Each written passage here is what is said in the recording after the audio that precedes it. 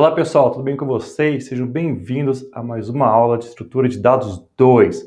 Eu sou o professor Bruno Ribas e hoje vamos dar uma pinceladinha sobre o problema da complexidade assintótica, da gente analisar os algoritmos, especialmente os de ordenação em que estamos tratando agora. A ideia é fazer uma pincelada bem rápida, só para que os alunos retomem esse conhecimento que eles já viram lá em EDA 1, né?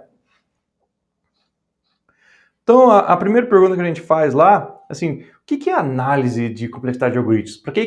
Para que ela serve, né? Então, a gente pode dizer que é o estudo, né, do comportamento dos algoritmos para definir a sua eficiência. Bem legal, né? Porque, veja só, não adianta só a gente pegar e sair codando código no computador e achar que tudo vai funcionar bem. Talvez uma escala pequena acabe até funcionando e resolve o nosso problema. Só que na hora que a gente quer aumentar a escala, subir a quantidade de usuários de um sistema, daí colocar um algoritmo mais eficiente, repensar qual algoritmo que a gente tem que usar, talvez seja mais importante, né? Porque talvez o custo de eu colocar um algoritmo melhor seja menor do que o custo de máquina que eu vou ter que alugar lá numa grande cloud, né? Ou de máquinas que eu vou ter que comprar para rodar o meu sistema. E os aspectos que a gente mais utiliza para entender a eficiência é o tempo de execução do algoritmo e o espaço de memória ocupado nele, né? Então, preciso saber, primeira coisa, quanto tempo que o algoritmo demora para executar, dado um conjunto de entradas, eu consigo estimar quanto que ele vai, qual que seria o limite de tempo que ele vai consumir para uma entrada qualquer que eu talvez esteja projetando no meu sistema para ser o limite, e também quanto de memória que esse algoritmo vai precisar para fazer a sua execução, dado um tamanho de entrada qualquer lá, né? Então, nós temos problemas que, dependendo do tamanho da entrada, ele vai crescer numa quantidade muito maior do que apenas o tamanho da entrada, né? Então, às vezes eu tenho uma entrada de tamanho X e eu vou precisar de espaço 10x, 20x, 2 elevado a x, ou x ao quadrado de espaço para poder processar, né? Então a gente tem que tomar cuidado com isso e fazer essas contas aí. E também, eu tendo em mão quanto tempo que o algoritmo demora, que a minha implementação lá do algoritmo demora para resolver o problema e quanto espaço ela consome, eu consigo ter uma estimativa, dado, né, um conjunto de algoritmos que resolvem o mesmo problema, qual que seria o mais adequado para o que eu estou resolvendo. Às vezes eu quero realmente o cara que seja mais eficiente, né? Igual que a gente está trabalhando agora. Até agora nós vimos vários algoritmos de ordenação na disciplina. Então, pessoal, tem alguns que são revisão, né? Que é lá o Bubble Sort, o Insertion Sort, o Selection Sort, o Shell Sort, que eu acho que é novo, e o Quick Sort até agora com algumas variaçõezinhas de Quick Sort. Então, aí, dependendo do tamanho da entrada do nosso problema e o que a gente quer resolver, talvez um algoritmo ou outro vai ser o mais eficiente para resolver o que a gente quer fazer, né? E, em geral, né, às vezes, o algoritmo mais imediato, ele pode ser o mais distante de ser razoável para resolver o problema, né? Igual se alguém fala assim, eu preciso ordenar uma entrada de tamanho X. Bubble Sort, que é trivialzinho implementar. Hoje em dia, né, vocês implementam o Bubble Sort com 3 linhas de código, tendo que, se a gente tivesse a macro de compara e troca, né? Mas, será que o Bubble Sort, ele é o suficiente para o que a gente quer fazer? Mas aí, será que eu também quero usar o Quick? Porque o Quick, ele não é estável, né? Será que eu preciso de um algoritmo de ordenação estável? Será que é importante saber ou não saber? Então ter essas cartas na manga, a gente começa a entender qual que é o algoritmo que a gente vai escolher para resolver o nosso problema. E daí alguns alunos até se perguntam, né? E teve até alguns comentários no YouTube lá, assim, mas professor, qual que é o motivo de usar um algoritmo de ordenação desse diferente, tipo o Quicksort, que é mais complicado de eu entender do que um Bubble ou um Insertion Sort? Assim, será que o computador, assim, para alguns é bem claro que o Quicksort, em geral, ele é mais rápido, bem mais rápido do que o Insertion Sort, mas será que para o conjunto computacional que nós temos hoje, Será que é necessário entender esse algoritmo melhor, o que é o Quicksort? Não basta usar só sempre o Insertion Sort? Aliás, a potência da minha máquina hoje é muito grande, né? Então, ou seja, a cada 3, 4 anos, a quantidade de desempenho computacional que a gente passa é gigantesca, né? Se a gente vê agora o leap que deu ali nas GPUs, né? Com a NVIDIA lançando a série 30XX aí, que a versão mais simples da placa é melhor que o top de linha do ano anterior. Então, será que faz diferença eu escolher um algoritmo melhor? Assim, não é melhor eu ficar no keep it simple, stupid, né? Então, mas aí a gente vai entender mais para frente como é que se comporta, principalmente os algoritmos que a gente já estudou agora, até esse momento, aqui na disciplina a gente vai fazer uma comparação e vai entender como é que eles se comportam numa máquina moderna, né? E depois ele fala assim, mas e a análise, professor? Como é que a gente faz, né? Como é que a gente mede? Então, a primeira coisa que você tem que pensar é o seguinte, que ela é medida através de uma função de custo, ou uma função de complexidade, que a gente vai dar um nome lá, f de n, para resolver. E n, só que n é uma variável que descreve o tamanho das instâncias do problema. Ah, então tá bom. Então quer dizer que cada tipo de problema eu vou ter uma métrica diferente para dizer o tamanho do problema, né? Então, se a gente está falando de linha ordenação, a gente está falando que a nossa métrica, o nosso n, seria a quantidade de elementos que estão armazenados no nosso vetor. Se eu vou falar lá em grafos, que a gente vai brincar mais no fim da disciplina, a gente fala que são o número de vértices, ou arestas, ou ambos, né? Isso eu falo que em pesquisa em memória, quantas chaves, né, quantos registros eu tenho armazenados. Se é uma busca de texto, eu falo que é o número de caracteres, né? Então, se eu quero entender a eficiência do algoritmo que faz a multiplicação de dois números, eu uso lá a quantidade de bits necessários para representar cada um desses números, né? E aí, a gente, para começar a pensar, a calcular a nossa complexidade, a gente usa 3 cenários de entrada, né? Então, a gente pode pensar aqui o melhor caso, que é o que a gente vai ter lá o melhor tempo de execução. A gente vai ter lá o pior caso, que é o caso assim, se coloca esse cara no seu algoritmo, é o que vai quebrar, o que vai demorar mais tempo para executar, e o caso médio, que seria ali a média de todos os tempos de execução de tudo que a gente tem. Ele é um pouco difícil de calcular, mas em geral o médio ele é quase tão ruim quanto o nosso pior caso. Então aí vai depender do seu algoritmo, mas é bom a gente ter em mente sempre essas três estratégias aí. Então, ela fala assim, não, tá bom, mas o que seriam os casos bons, médios e pior caso? Então, a gente pode pensar o seguinte, pense na busca sequencial de um vetor qualquer. Busca sequencial. O melhor caso da busca é o fn de 1, que é quando lá o elemento está lá no primeiro item lá que a gente consulta, né? Então, se eu tenho lá um vetor de 0 a 1000, o primeiro elemento lá, o v de 0, v de 0 é o cara que eu quero. Então, esse é o melhor caso. O pior caso é quando ele está lá no último item consultado ou quando ele não está presente no vetor, né? Ou seja, que eu vou ter que percorrer o vetor inteiro para entender se o elemento está lá ou se ele não está lá, e até eu encontrar ele. E no caso médio, a gente pode fazer uma continha das probabilidades de encontrar um elemento numa posição i qualquer, e a gente pode dizer que cada elemento, cada posição tem a mesma probabilidade, e aí a gente faz a soma de todas as probabilidades dessa condição dos elementos, e a gente vai ter lá alguma coisa próxima de n mais 1 sobre 2, que seria mais ou menos o caso médio. Isso se a gente tiver uma pesquisa bem sucedida. Se a gente tiver pesquisa mal sucedida, quer dizer que vai estar sempre no elemento, a gente vai sempre percorrer todo o vetor e vai descobrir que o elemento não está lá, né? Então, a gente pode pensar que isso é um caso que vai acontecer bastante. Mas você está falando, mas beleza, professor, mas o tamanho de n, ele influencia em como que eu faço análise do algoritmo? O n não muda como você faz a análise, mas o n, quanto maior for o n, mais evidente fica o tempo, o formato de crescimento do tempo que demora para o seu algoritmo resolver, né? Então, vamos pensar num caso bobinho aqui, né? Imagine que você que tem um jovem dinâmico e quer encontrar um amigo seu de infância. Você fala assim, poxa, eu lembrei o nome dele, será que ele está no Facebook?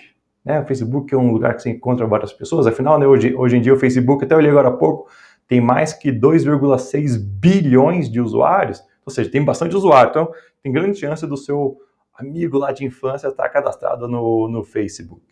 Então você vai lá, digita o nome dele e pimba, pá, acha o nome dele na hora, né? Assim, é quase que instantâneo quando você digita o nome da pessoa, ele dá a lista de usuários. Mas fala assim, poxa, como é que o Facebook encontrou tão rápido esse meu amigo? Será que ele foi lá e fez uma busca sequencial no banco de dados dele, que é um banco de dados lá com 2,6 bilhões de usuários? Isso sem contar, isso que eles falam que são de usuários ativos e reais, né? Então, assim, tem outros fakes que eles vão removendo, mas a conta sempre é maior. Então, quer dizer que ele vai ter que percorrer todos aqueles usuários, se for de maneira sequencial. Se for de maneira sequencial, ele estiver lá, no caso médio, a gente vai encontrar ele lá no meio do vetor, mas o meio está em bilhões ainda. Puxa, então será que isso influencia? Sabe, por exemplo, o caso médio, uma busca sequencial que encontra no meio de bilhões, ela é diferente do que o caso médio quando eu encontro em centenas de milhares ou em milhões? Será que tem diferença, né?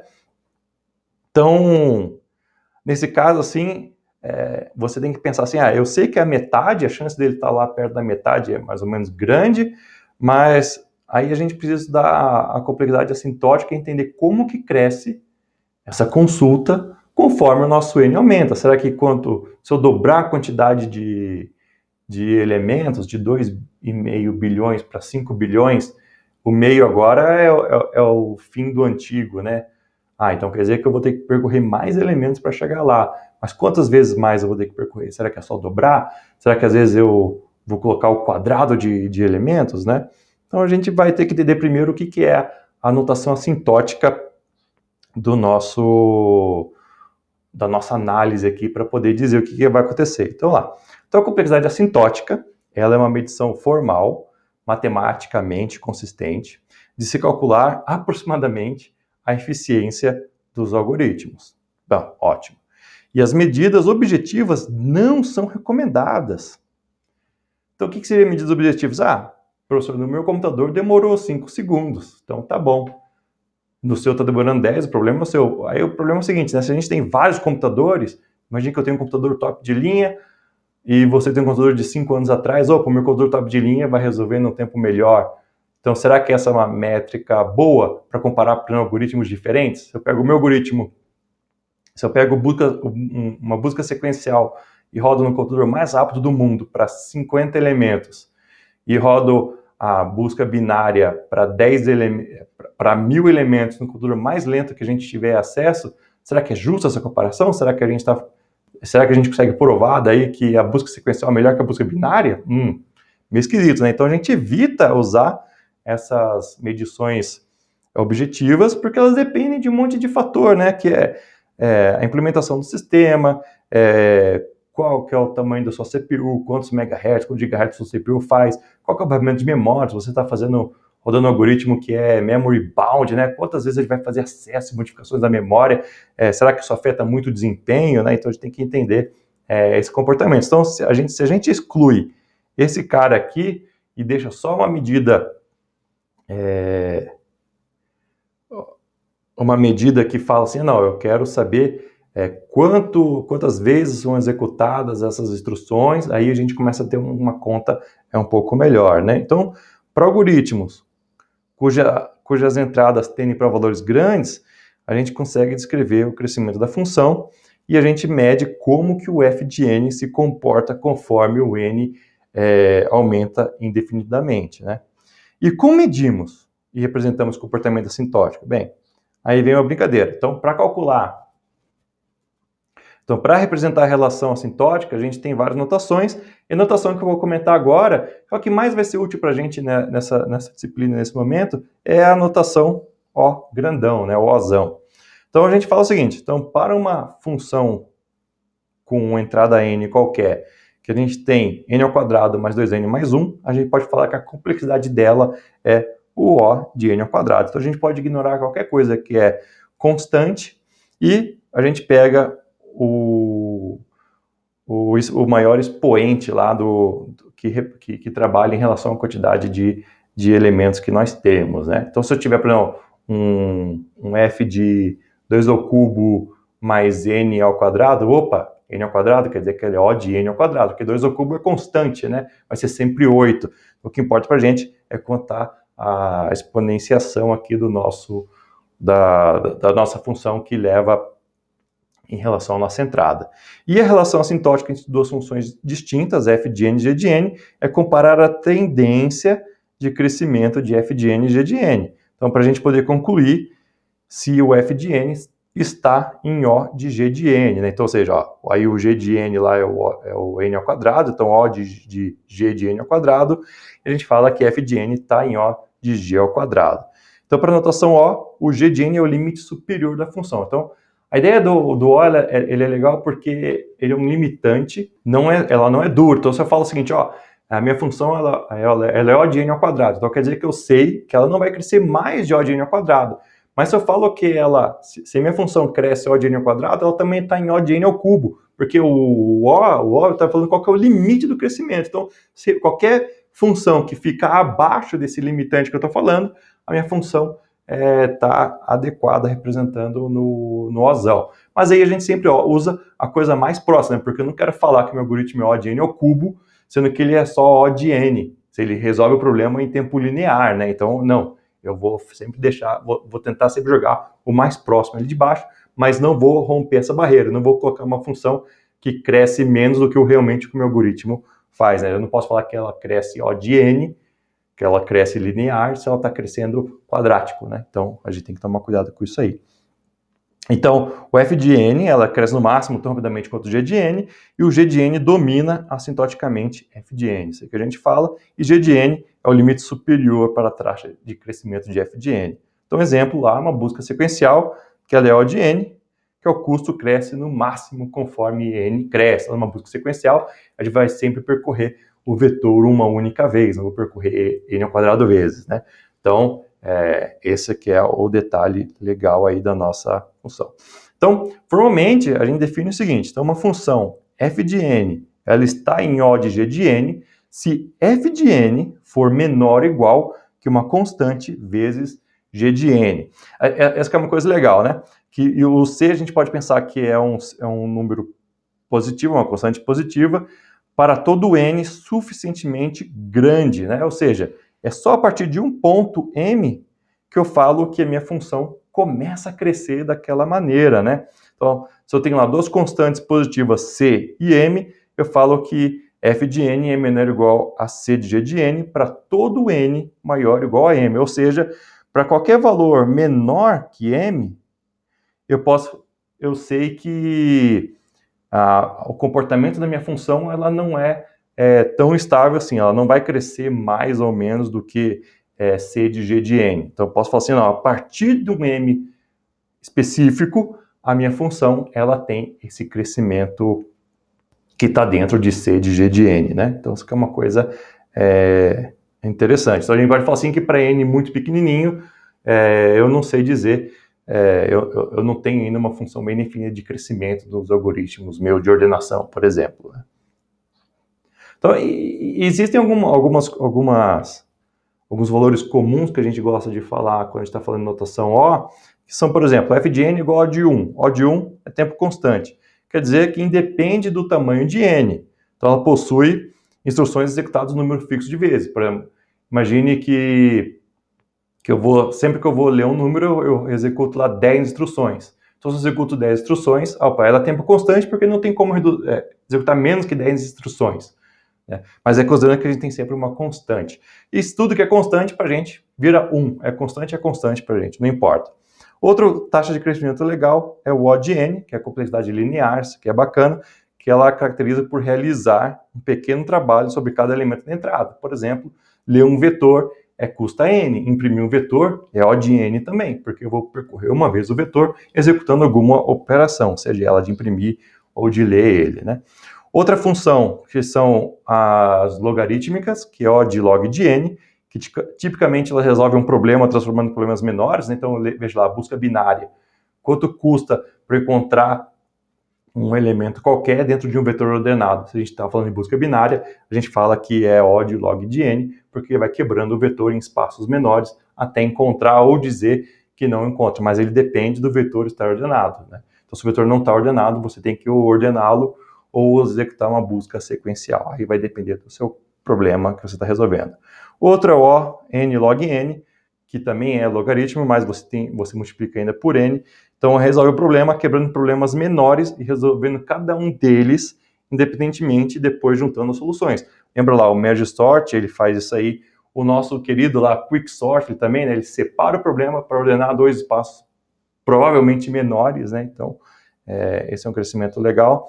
Outro crescimento é n ao quadrado, complexidade quadrática, que caracteriza pelo processamento de dados impares, né, muitas vezes com vários alinhamentos. Então, a gente pode pensar o bubble sort, que é um for de i, que a gente tem o bubble sort, que é um for de left até i menor que right, e depois com for de j igual a left, com j menor ou igual a right, né? Ou seja, a gente está encadeando, a gente vai executar aqui r menos l mais 1 vezes r menos l mais uma vez, né? Todas essas operações. Então a gente vai lá atender lá a n ao quadrado.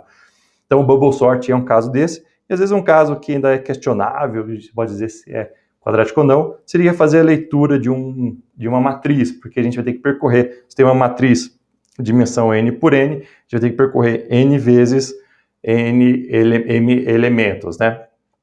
Para fazer a pergunta. Só que se a gente pensa, não, mas só ler, professor, só ler é linear, porque a quantidade de elementos não muda, não vou fazer nenhuma operação diferente para ler. Então, aí realmente, se você fala nisso aí, a gente está pensando realmente que é linear, mas eu vou fazer alguma operação com matriz, daí agora começa a ficar mais complicado. Por exemplo, quando a gente fala aqui em complexidade cúbica, né?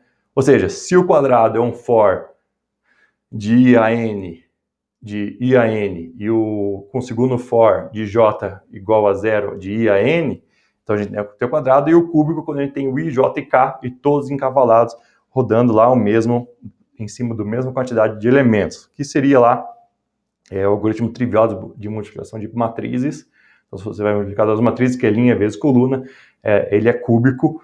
Tem algoritmos melhores, mas o trivialzinho é cúbico. E a gente tem lá o Floyd-Warshall, que a gente vai aprender lá na frente da disciplina, que a gente calcula a distância de todos os nós para todos os nós dentro de um grafo, que é cúbico também. Nós temos os exponenciais, que é o 2 elevado a n, né? Que daí resulta de problemas geralmente de força bruta. Por exemplo, o problema de SAT, a gente está brincando, ele também é exponencial. E também de complexidade fatorial, que também são coisas relacionadas à força bruta. Então aqui tem aqui, se vocês estão vendo direitinho, um pequeno gráfico mostrando como é que crescem essas funções de maneira que a gente visualiza, né? Então, se a gente tem uma função que cresce conforme O de n cresce, a gente tem o número de operações, ela cresce linearmente junto com n.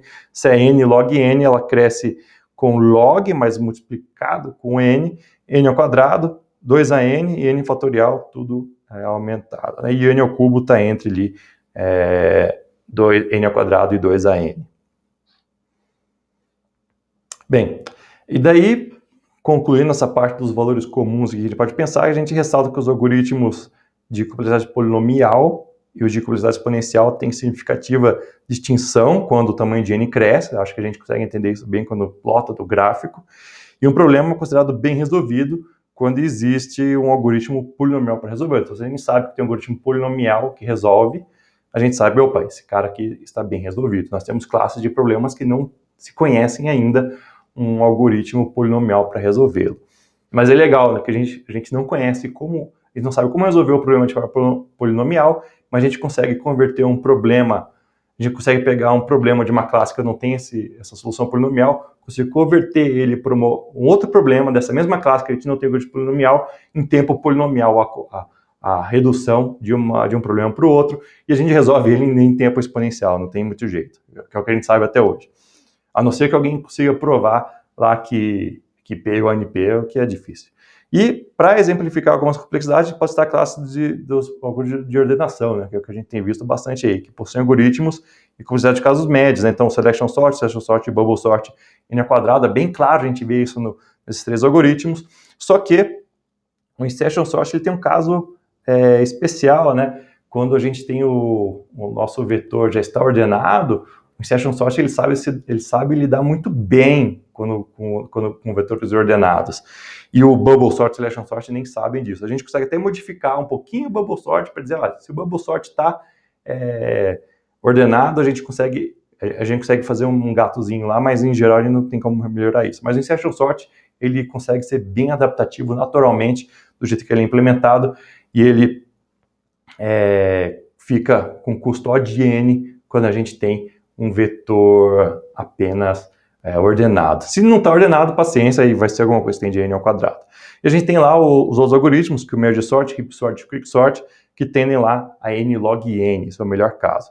E nós temos o shell sort, que ainda é O de log ao quadrado de n, né? Então ele ainda é quadrático em relação aos logs, que é a complexidade estimada, porque ninguém consegue calcular direitinho a complexidade do shell sort. Mas aí fica para uma outra discussão no futuro, né? Então, agora a ideia é a gente pegar e dar uma olhada em como que os nossos algoritmos de ordenação se comportam. Você já parou para pensar isso aí? Então, nós temos vários algoritmos que nós implementamos e como é que será que eles estão se comportando aí ao longo do tempo. Vamos fazer uma discussão sobre eles agora.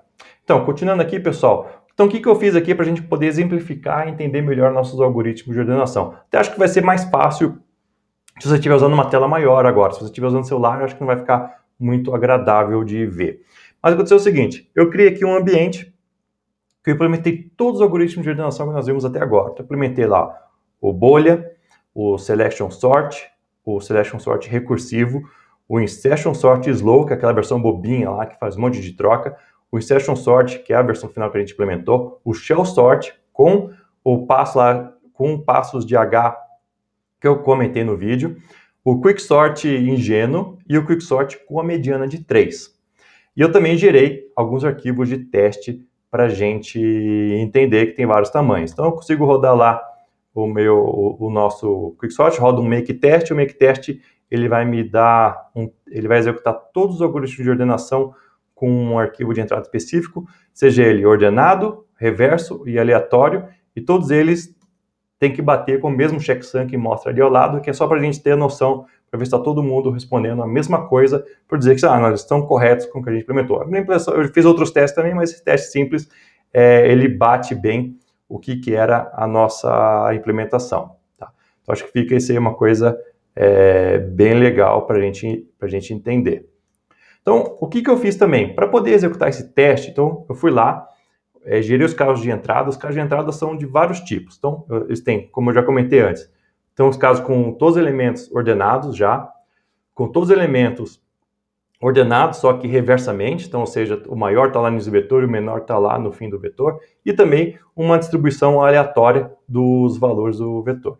E eu também fiz o teste, criei vários arquivos e que vão de 2 elevado a 8 elementos, ou seja, 256 elementos, até 2 elevado a 20 elementos, que dá 1.048.000 e pouco elementos para a gente fazer os testes, né? Então, tem 2 a 8, 2 a 9, 2 a 10, até o 2 a 20. Então, para a gente testar, entender como é que se comportam lá, desde casos pequenininhos, né, até os casos maiores aí que a gente pode pensar com o nosso algoritmo. Então, deixei lá, fiz a implementação para rodar os nossos algoritmos. Então, tem a versão dummy. O que o dummy faz? O dummy nada mais é do que um programa bobinho que só lê os dados da entrada padrão e depois imprime eles de volta. Então, a gente vai fazer lá o 2N, que é gastar lendo e depois gastar cuspindo esses dados. Outra coisa que eu fiz também que é importante aqui para testar na minha máquina, então a minha máquina ela é boa, é um Ryzen 7 3800X, novinha, e eu fixei o clock dela para o mínimo possível, que é em 2.2 GHz. Então, desse jeito, a gente não tem como consumir, gastar todo o barramento de memória. Então, o barramento de memória vai ficar não saturado, então o tempo vai ficar bem legal. E uma coisa que é legal, essa máquina tem 32 megabytes de memória cache, e com os... E o maior caso de teste, que é de 1 milhão e pouco, consomem na memória 4 megabytes, ou seja, aquele vetor que a gente vai ordenar vai acabar ficando na própria memória cache do processador, a gente vai usar pouco até o barramento de memória RAM. Alguns casos podem acontecer dele sair e usar a barra de memória, mas eu fiz vários testes aqui, a máquina ela é bastante estável, né? Então a gente pode até ver que o tempo que o dummy executou em todas as iterações aqui, que é o time ordenado, o time reverso e o time aleatório, eles foram bem consistentes em relação ao tempo. No caso aqui foram quase que idênticos, só para o 2 elevado a 19, que num ali que ele executou 0,01 segundos mais devagar, mas o tempo ele é bem estável e com o que a gente precisa aqui, a gente vai conseguir resolver bem, né? Então eu deixei executando, ficou um tempão em execução, então a gente pode ver ali que começou a executar mais ou menos às 21h48, e ficou executando, então tá lá o Bubble Sort rodando, e o Bubble Sort convertor ordenado, às 22h14, ele terminou a execução do Bubble Sort com todos os elementos lá ordenados, ou seja, com 2 elevado a 20, com 1 milhão de elementos, o Bubble Sort demora 1058 segundos. E olha só, como eu comecei o tempo do aleatório e do reverso mais ou menos junto com o ordenado, veja que eles ainda não executaram. Eles só vão terminar lá para frente só nos 22h43, que termina o Bubble Sort no reverso, porque com 2 elevado a 20 e 2 elevado a 19, ele demora mais de 2.000 segundos, quase 3.000 segundos somados os dois, e nesse caso aqui o Selection Sort, o Selection Sort e o Selection Sort recursivo, eles já terminaram a execução, já com seus 500 e poucos segundos. Então veja só, o overhead que nós temos lá da versão recursiva para a versão não recursiva Selection Sort, quando está ordenado, ela é bem pequenininha até, né? E até interessante que para o maior caso, o Selection Sort recursivo ele ganha do Selection Sort iterativo. Mas isso aí foi só um acaso, porque o overhead ali é tão pequenininho porque ele não faz uma operação específica, é quase que um laço, só que chamando uma função, né? Então tá ali os casos, e eu deixei executando, fui brincando, vou acelerar o vídeo aqui para vocês verem o tempo passando e as coisas executando. Então, ali às 23h11, o ordenado já terminou e a brincadeira continua acontecendo até bastante tarde, né?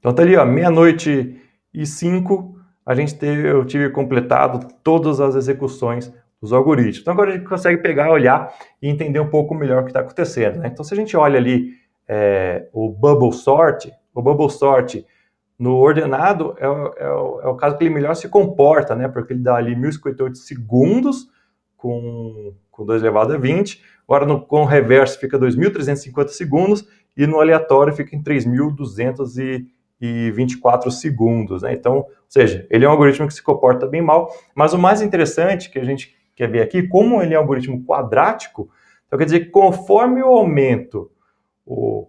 dobre a quantidade de elementos da minha entrada, eu espero que o meu tempo multiplique por 4, né? Então, ou seja, no caso ali, no Bubble Sort, com 2 elevado a 15, que tem lá 1,04 segundos, se eu dobro a entrada, ou seja, vai para 2 elevado a 16, o que acontece é que ele justamente demora 4,30, então fica mais ou menos próximo do tempo, né? E a gente vê ali que o Selection Sort recursivo, possui uma característica bem parecida com o tempo de execução, e o Insertion Sort ordenado, o Insertion Sort Slow tem a mesma cara do Bubble Sort Selection Sort, mas o Insertion Sort, na parte dos ordenados, veja só que legal, o tempo que o insertion sort demora, ele está equivalente ao tempo que demora para executar o dummy, ou seja, o insertion sort ordenado com uma entrada de 2 elevado a 20, ele demora 0,21 segundos, que é exatamente o tempo que demora o dummy, que só lê e imprime, né? Ou seja, o tempo que a gente gasta dentro do insertion sort mesmo, ele é desprezível, então a gente só tem ali um overhead de leitura e impressão da entrada, né, que era o que a gente estava fazendo. Agora, o shell sort, ele também tem um overhead um pouquinho menor, então dá para dizer que ele é equivalente ali ao desempenho do insertion sort quando está ordenado, e o quick sort ingênuo, puxa vida, o quick sort ingênuo, olha só, ele é pior do que o nosso selection sort e até do insertion sort slow, né? Fica equivalente ao insertion sort slow. Os professores falaram que o quick sort era quick e ele era quick, então ele deveria ser rápido. Pois é, mas lembra que eu comentei, isso foi no segundo vídeo quando eu falo da mediana, né? Que o quick sort, quando ele escolhe os piores pivôs, o nosso desempenho cai para n ao quadrado, né? E isso fica bem claro, né? Que com 2 elevado a 19, ele fica com 203,19 segundos. Se a gente multiplica por 4, daria ali 812 segundos. Então, demorou 793, está dentro ainda da curva quadrática que a gente está esperando. Puxa vida! Então quer dizer que o quick sort ingênuo, ele realmente é lento para alguns casos. Para alguns casos ele vai ser uma droga. E veja ali que o quick sort com mediana de 3, opa, aí ele já não, ele já é bem bom, ele tem um overhead um pouquinho maior ali que o insertion sort e o shell sort, mas mesmo assim ele tem um desempenho bem legal, né? Isso quando a gente está falando ordenado. Se a gente vai para o reverso, daí a gente tem um comportamento bem parecido com todos os algoritmos, exceto o insertion sort e o quick sort. Então, quando está reverso, então o que acontece? O bubble sort demora um monte, lá você vai multiplicando por 4, e o quick sort tem exatamente o mesmo problema, porque ele demora, ele escolhe sempre o pior pivô, que no caso, antes ele escolhia o maior elemento, agora ele vai escolher sempre o menor, ele vai ter que trocar e vai fazer um monte de operação. E tem até um caso especial aqui, que a recursão no quick sort aqui ingênuo, ela cresce tanto, ele vai entrar tantas vezes na recursão, que estoura o tamanho da pilha de recursões, que é em 8 megabytes. Então ele precisou ali de 16 megabytes a mais de memória para executar. Então eu tive que aumentar o tamanho da pilha com o comando ulimit, que eu mostrei, que aconteceu ali no início. Eu não comentei, mas apareceu ali no início. E agora o quicksort mediano de 3, não, o quicksort mediano de 3, ele já funcionou muito bem, ficou ali com 0,29 segundos com a quantidade do reverso, e o shell sort, olha só que impressionante, o shell sort ficou em 0,24, então o shell sort ainda se comportou um pouco melhor do que o quicksort mediana de 3. E veja, o shell sort ele é só uma melhoria do insertion sort. O insertion sort lá, é um desastre, né? Tende a n ao quadrado da mesma forma. Mas o legal do shell sort, porque veja só, o que é o shell sort? Nada mais é do que o insertion sort, mas olhando intervalos diferentes. Então o que acontece é que os números pequenos, que estão mais lá à direita, eles sobem rapidamente para o início do vetor, vai ficando um negócio meio desordenado, meio esquisito, mas eles sobem rapidamente. E enquanto que o insertion sort não, vai um a um, né? Então ele vai mexendo bastante, fazendo muitas operações em cima do nosso vetor. Mas o shell sort, ele tira vantagem disso. Agora, quando a gente vai para o cenário dos aleatórios, agora fica interessante, né? Então, o que acontece? Aleatório, então, bubble sort, ruim. Selection sort recursivo, ruins. Insertion sort slow, nem se fala, né? O insertion sort, ele é fraquinho com o tempo aleatório, que hoje está pensando lá na entrada bem grande. A gente consegue ver ali que ele demora ali 190 segundos, né?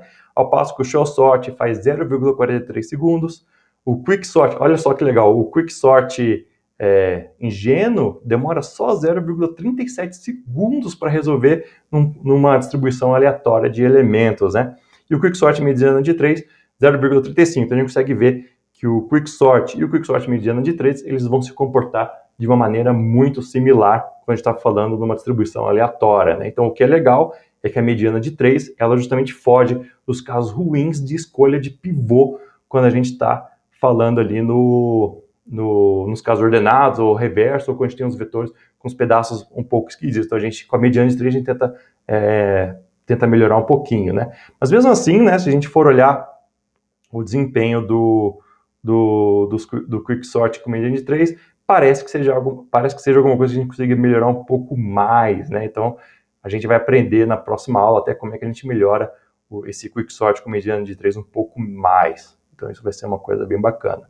Então, o que eu queria mostrar para vocês aqui, eu tenho aqui esses algoritmos estão implementados, estão todos bonitinhos, funcionando, e vamos chamar aqui de framework, para esse benchmark de algoritmos de ordenação, eu deixei disponível, estão no meu GitHub, então o link está na descrição abaixo, e você pode acessar lá e brincar um pouquinho na sua máquina. Então, você faz lá, faz o git clone, faz um make, roda os comandos, leia o readme lá, que vai mostrar como é que eu mostro cada uma dessas informações. Se você não quer esperar executar aqueles 1000 segundos, 3000 segundos, você consegue definir até um time limit para os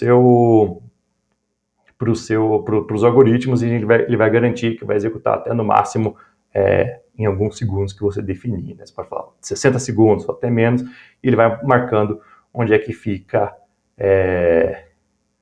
quando que dá time limit, quando que ele resolve com sucesso o algoritmo. Então esse aqui, pessoal, eu queria mostrar para vocês que realmente faz diferença que a gente estude qual que é o tipo de algoritmo que a gente vai trabalhar, que a gente estude, né? A gente tem um conjunto de entradas, e qual algoritmo que eu vou escolher, né? Então, desse ponto aqui, se a gente tem um conjunto grande e diverso de elementos que a gente vai precisar ordenar, fica bem claro aqui que o Quicksort mediano de 3, ele é o cara que se comporta melhor na maioria dos casos, né? Então, ou seja, em todos aqui, eu acho que ele foi quase o vencedor.